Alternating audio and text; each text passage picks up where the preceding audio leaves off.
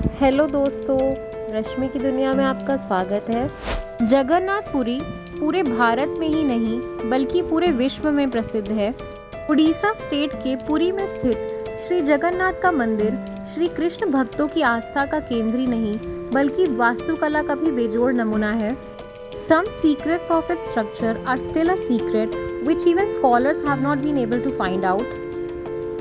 आज हम आपको बताने जा रहे हैं कि आखिर इस मंदिर में स्थापित भगवान जगन्नाथ की मूर्ति क्यों अधूरी है और इसके पीछे का क्या रहस्य है।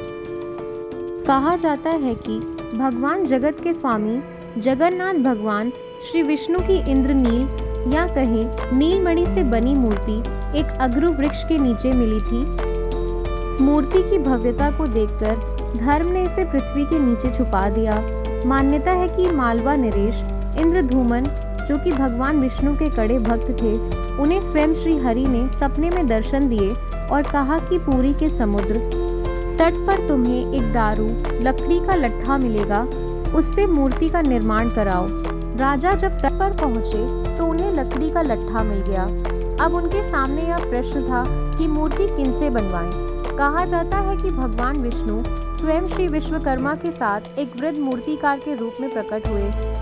उन्होंने कहा कि वो 1 महीने के अंदर मूर्तियों का निर्माण कर देंगे, लेकिन उस कारीगर रूप में आए बूढ़े ब्राह्मण ने राजा के सामने एक शर्त रखी कि वो यह कार्य बंद कमरे में एक रात में ही करेंगे और यदि कमरा खुला रहा तो वह काम बीच में ही छोड़कर चले जाएंगे। राजा ने उस ब्राह्मण की शर्त मान ली और कमरा बाहर से बंद करवा दिया। लेकिन काम की समीक्षा करने के लिए राजा कमरे के आसपास घूमने जरूर आता था। महीने का आखिरी दिन था, कमरे से भी कई दिन से कोई आवाज नहीं आ रही थी, तो राजा को जिज्ञासा हुई और उनसे रहा ना गया और अंदर झांक कर देखने लगे। दरवाजा खुलते ही वो ब्राह्मण उन अधूरी मूर्तियों को छोड़कर गायब हो गए। वास्तव में वो बूढ़ा ब्राह्मण विश्वकर्मा जी थे, जो भगवान विष्णु की आग्रह पर यहाँ जगन्नाथ मंदिर में कृष्ण, बलराम और सुभद्रा की मूर्तियां बनाने धरती पर आए थे। राजा को अपने कृत्य पर बहुत पश्चाताप हुआ और वृद्ध से माफी भी मांगी, लेकिन उन्होंने कहा कि यही देव की मर्जी है। तब उसी अवस्था में मूर्तियों को स्थापित कर दिया गया।